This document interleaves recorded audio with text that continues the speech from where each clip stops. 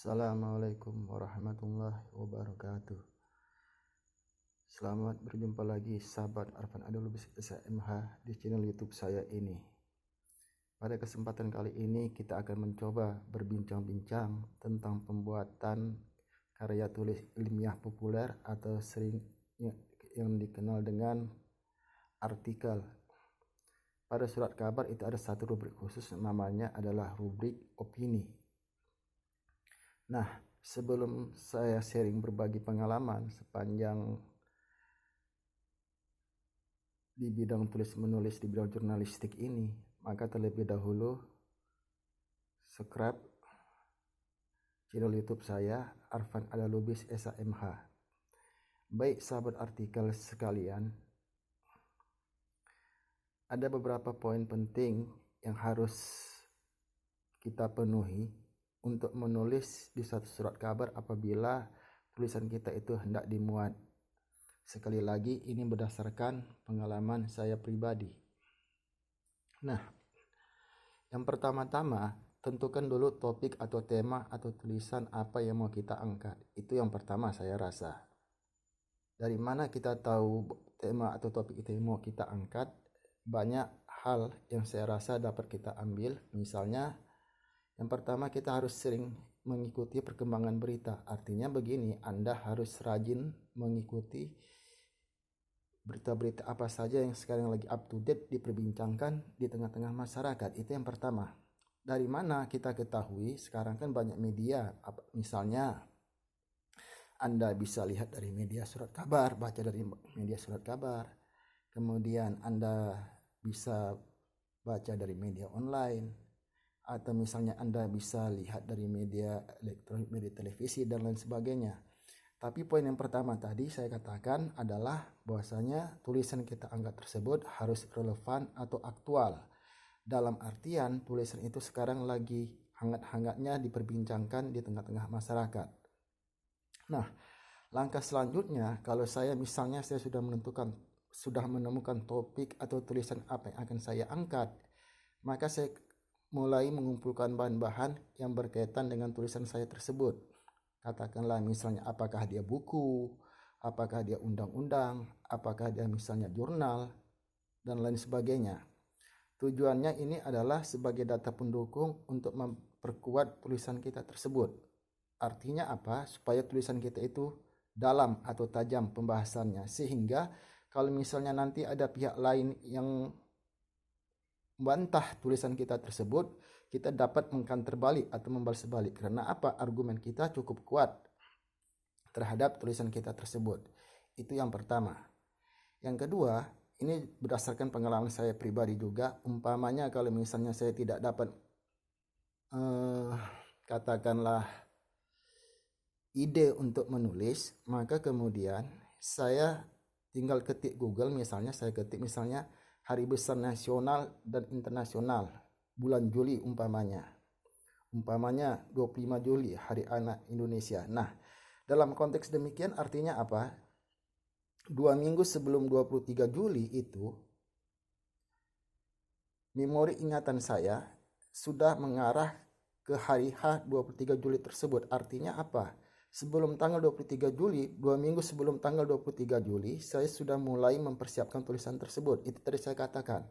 Kalau topiknya sudah saya tahu apa yang mau saya tulis, kemudian saya mulai kumpulkan bahan-bahan literatur pendukung untuk tulisan tersebut.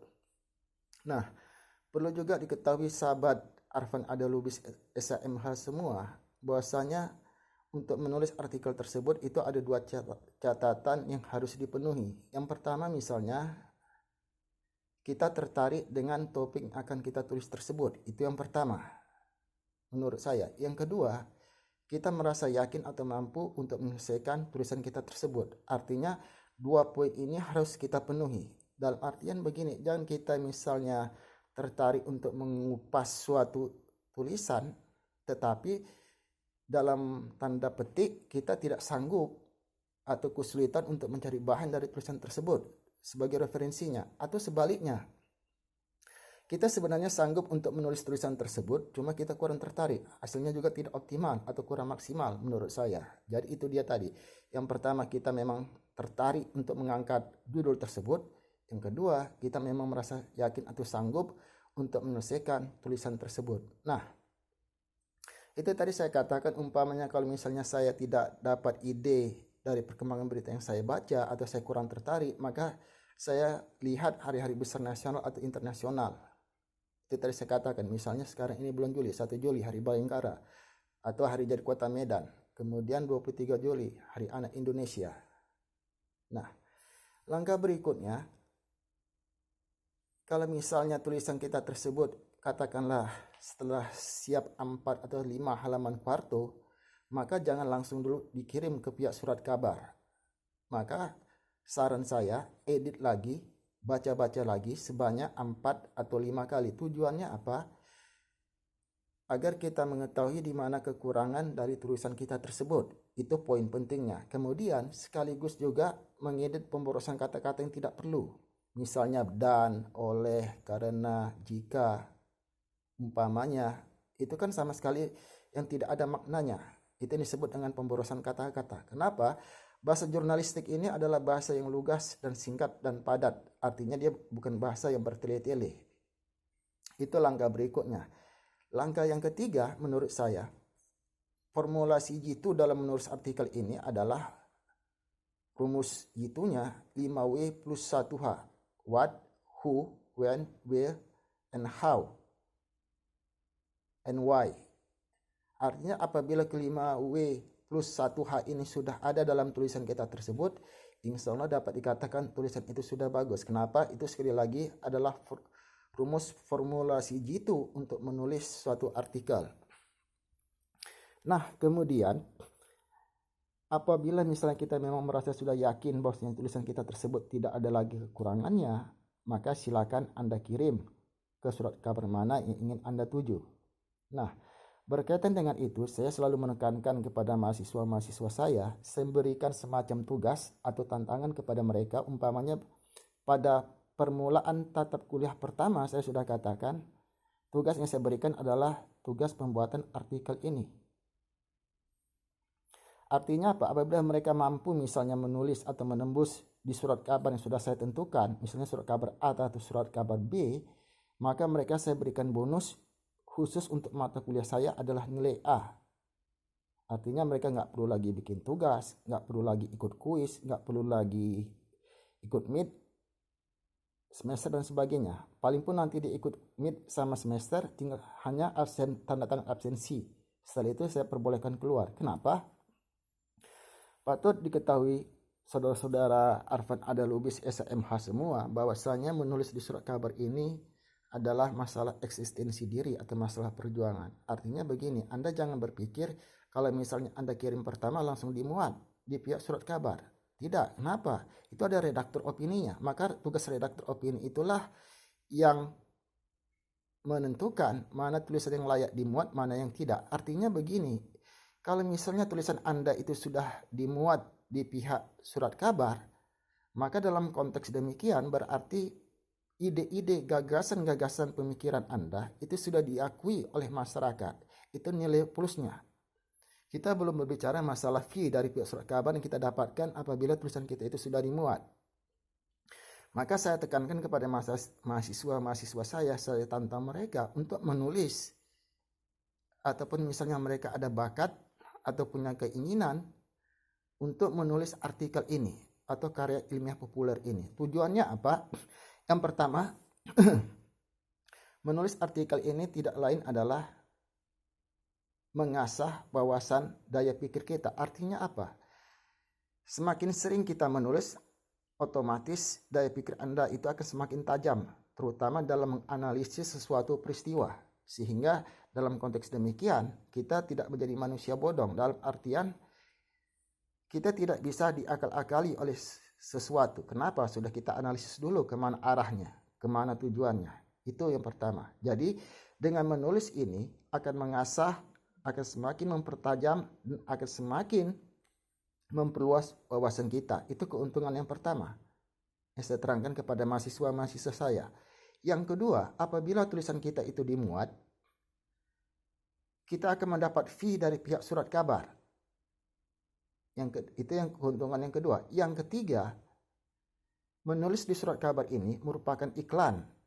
Artinya begini, saya tekankan kepada mahasiswa-mahasiswa saya bahwasanya kalau misalnya orang lain harus pasang iklan buat spanduk di surat kabar, kalau bisa kita jangan. Kenapa? Seperti yang dipesankan oleh mendiang dosen saya, saya ingat kali beliau katakan kepada saya, Arfan, terus perbanyak tulisan awak di surat kabar ini. Kenapa? Ini merupakan iklan secara lebih elegan. Artinya apa? Di situ kan ada identitas penulis. Misalnya penulis adalah dosen bla bla bla misalnya. Nah, masyarakat kan bisa menilai bahwasanya beginilah kualitas manusia-manusia, staf pengajar, tenaga pendidik di institusi tersebut. Maka saya tekankan kepada mahasiswa saya, di akhir tulisan jangan mereka cantumkan nama mereka, tetapi juga mereka harus cantumkan institusi di tempat mereka menimba ilmu, di tempat mereka belajar. Tujuannya apa? Yang saya katakan tadi, bahwasanya harus ada simbiosis mutualisme. Artinya bukan hanya kita yang terkenal, tetapi juga institusi tempat kita bekerja, institusi tempat kita menimba ilmu, itu juga bisa terangkat namanya ke permukaan. Nah, kemudian juga perlu disadari sahabat Arfan Ada Lubis SMH sekalian, bahwasanya menulis artikel ini adalah menulis berkaitan dengan eksistensi atau perjuangan diri. Artinya begini, Anda jangan mudah putus asa apabila tulisan kita pertama tersebut itu tidak dimuat, kedua dan ketiga. Artinya terus Anda coba sampai tulisan kita itu benar-benar dimuat oleh redaktur surat kabar yang bersangkutan. Nah, kemudian saya catatan berikutnya ini juga berdasarkan pengalaman saya pribadi sepanjang menulis dari tahun 2005 sampai dengan sekarang. Alhamdulillah, insya Allah. Jadi ada sekitar kurang lebih hampir 100 tulisan saya itu yang sudah dimuat di media berbagai surat kabar, terutama di Sumatera Utara ini. Nah, kemudian juga apabila misalnya kita menulis tersebut, kita ingin mengutip suatu sumber, atau misalnya kita ada ambil kutipan dari orang lain, maka cantumkan sumbernya tersebut. Misalnya begini, Anda menulis, misalnya ada Anda kutip dari suatu buku, maka cantumkan nama pengarangnya, tahun buku, serta halaman yang dikutip. Kenapa? Sistem kutipannya adalah body note atau kutipan samping atau kutipan badan, bukan footnote atau kutipan kaki. Misalnya begini, saya ambil misalnya ada buku dari dosen saya, misalnya Surawardika Lubis, Hukum Waris Islam 2009. Halaman 143. Maka dalam kurung di samping tulisan saya tersebut saya katakan Surawardika Lubis .2 2009, 143. Artinya apa? Kutipan tersebut saya ambil dari buku Surawardika Lubis, tahun bukunya 2009, halaman bukunya 143. Itu misalnya dari buku. Yang kedua, kalau misalnya kita ambil misalnya dari media website atau internet, cantumkan kalau ada nama penulisnya, kalau tidak ada nama situsnya, nama websitenya. Kalau misalnya kita ambil dari jurnal, cantumkan nama volumenya.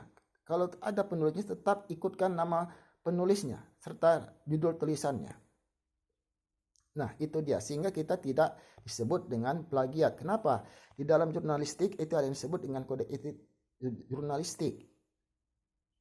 Nah, satu lagi yang perlu diketahui sahabat-sahabat Arfan Ada Lubis SMH semua, bahwasanya berkaitan dengan etika jurnalistik ini tidak diperkenankan, tidak diperbolehkan kita mengirim satu tulisan yang sama ke dua surat kabar dalam waktu yang bersamaan.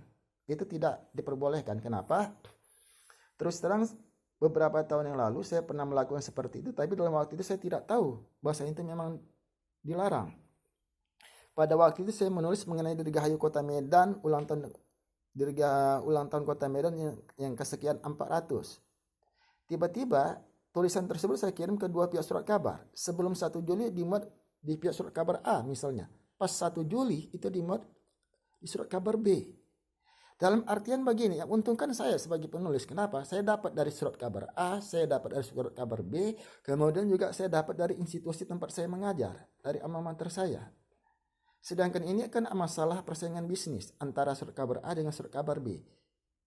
Nah, kemudian karena pada saat tersebut saya kemudian kena tegur oleh dosen saya tersebut. Beliau katakan, Arfan, bahwasanya hal tersebut itu nggak boleh. Kenapa? Itu ada etika jurnalistiknya. Yang untung awak, yang berantem nanti orang itu. Nah, itu juga harus sahabat-sahabat dan mahasiswa-mahasiswa semua itu untuk mengetahuinya. Nah, saya rasa demikian dulu pengalaman saya yang sedikit ini di bidang tulis menulis ini. Semoga bermanfaat. Dan satu saya katakan sekali lagi, masalah menulis ini adalah masalah perjuangan dan masalah eksistensi diri. Artinya jangan modus asa, jangan mudah putus asa, dan teruslah belajar. Long life learning, belajar seumur hidup. Baik, sekian dulu sahabat Arfan Anda Lubis SMH. Terima kasih atas perhatiannya. Billahi fissabil haq fasabiqul khairat. Wassalamualaikum warahmatullahi wabarakatuh.